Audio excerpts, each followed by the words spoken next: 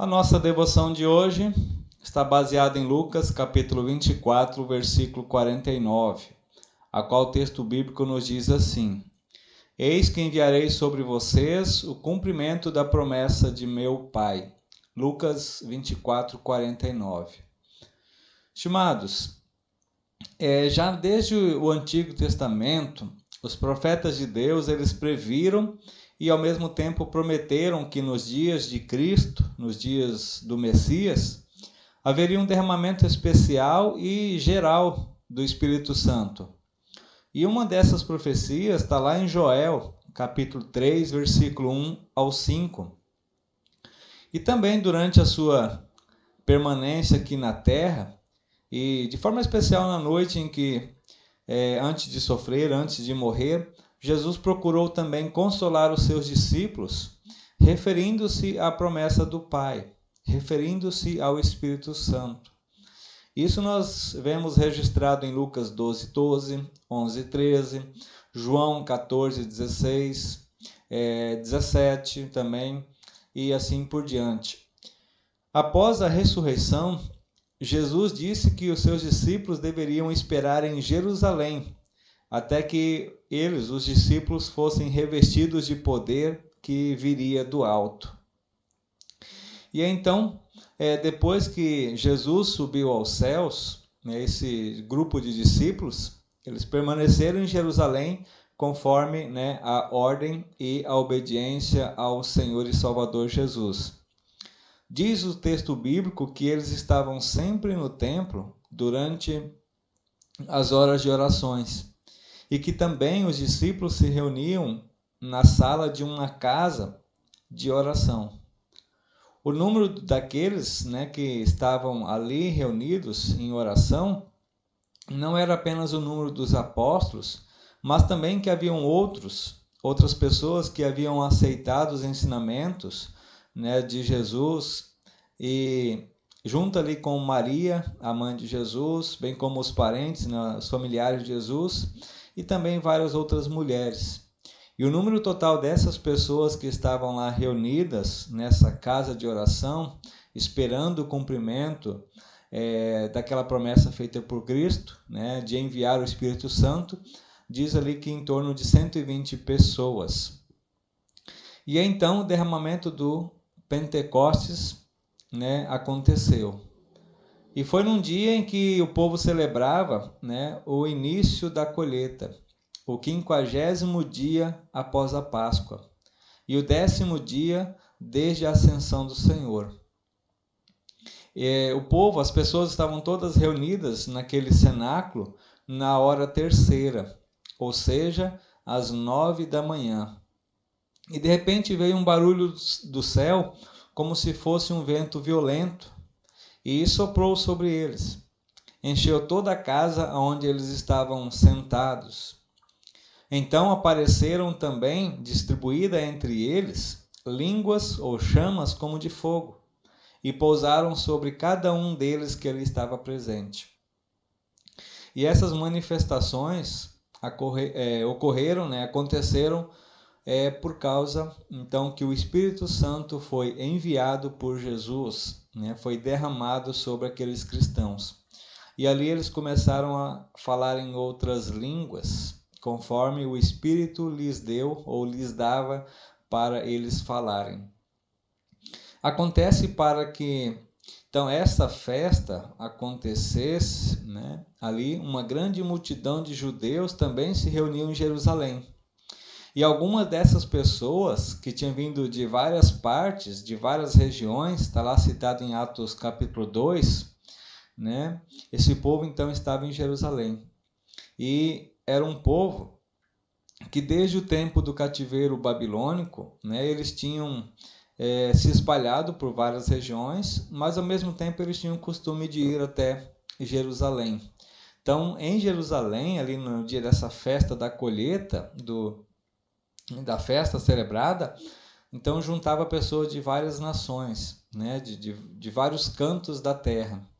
E entre esses estrangeiros havia muitos homens também piedosos, também pessoas que se converteram das religiões pagãs e eles se converteram à religião cristã, né? A fé cristã. Quando o povo estava no caminho do templo, né, para o sacrifício matinal, para a oração da manhã, eles também ouviram o som de um vento. E então eles se reuniram em frente à casa do qual aconteceu o derramamento ali do Espírito Santo. E as pessoas que estavam para o lado de fora pararam em frente à casa e ficaram maravilhados. E aí então eles viram o grupo de discípulos dentro da casa, consagrados.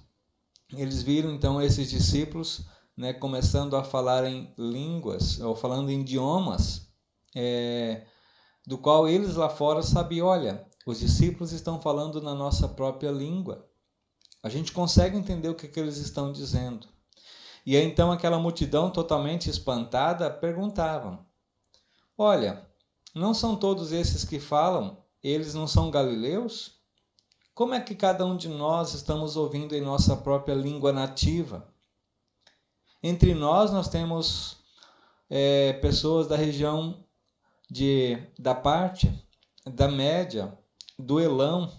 Aqui nós temos habitantes da Mesopotâmia, da Judéia, Capadócia, Ponto, da Ásia, da Frígia e da Panfilha, do Egito e as regiões da Líbia, além de Cirene.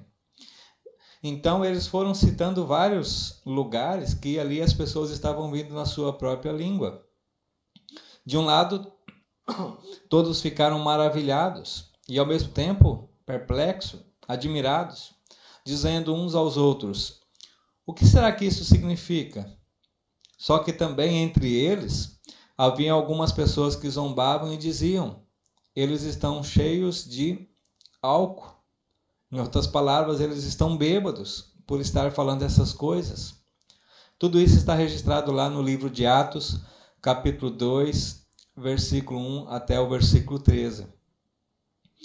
Isso foi o que Deus Pai havia prometido, né, lá no Antigo Testamento, e que também o Salvador Jesus havia falado e comentado com os seus discípulos de que enviaria sobre eles, que o derramamento do Espírito Santo iria acontecer.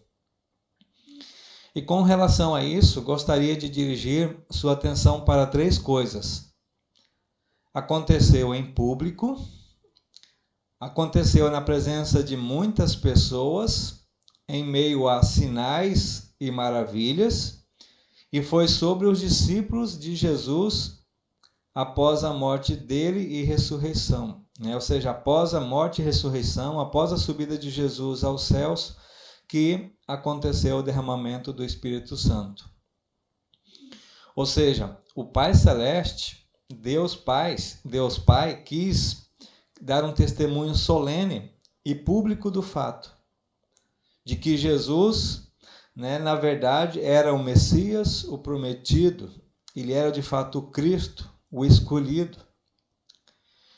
Além disso, os primeiros apóstolos, os primeiros cristãos, eles foram dotados com dons especiais do Espírito Santo, porque Deus queria que por meio deles fosse iniciado o alicerce da igreja, em Cristo Jesus. Jesus que é o grande templo espiritual. Então ali a igreja estava iniciando a testemunhar, a proclamar com dons especiais, mas apontando para Cristo, para o Senhor e Salvador. E aí podemos trazer para nós hoje, eu, você e todos os cristãos, nós temos o dom especial do Espírito Santo, o dom da fé. O Espírito Santo tem o poder de nos dar a fé. Veja que a fé é algo que vem de fora. Ela não é criada pelo próprio ser humano. Ela vem de fora, é um dom, é um presente. E o Espírito Santo então coloca essa fé em nossos corações e nos faz crer no Senhor e no Salvador Jesus. O Espírito Santo nos faz crer também em toda a criação divina, em toda a obra de Deus, tanto do Pai, do Filho e dele próprio, do Espírito Santo. E Ele faz isso para que a gente creia na salvação. E onde quer que o Evangelho seja pregado, seja anunciado fielmente, aonde o Evangelho é ensinado na pureza, aí o Espírito Santo nos dá o entendimento, a sabedoria, a fé verdadeira e genuína. E este é um presente que nós não encontramos em nenhum outro lugar, a não ser na própria palavra de Deus, trabalhada por meio do Espírito Santo. Por isso devemos sempre alimentar a nossa fé na palavra, nos sacramentos, lembrar do nosso batismo, que também é um dom, é um presente, e também da mesma forma, diariamente ou constantemente, a Santa Ceia, Deus continua nos dando o seu amor, a sua graça, o presente da salvação. Glórias a Deus, porque Ele derramou, sobre nós, por meio de Cristo, o Espírito Santo. Louvado seja Deus, toda honra e glória ao Senhor Jesus, que morreu na cruz e ressuscitou, e também agradecemos ao Espírito Santo por abrir os nossos corações, por tirar a barreira dos nossos ouvidos, por nos fazer ouvir e crer no Senhor e Salvador Jesus Cristo. E é nele que eu encerro essa devoção. Amém.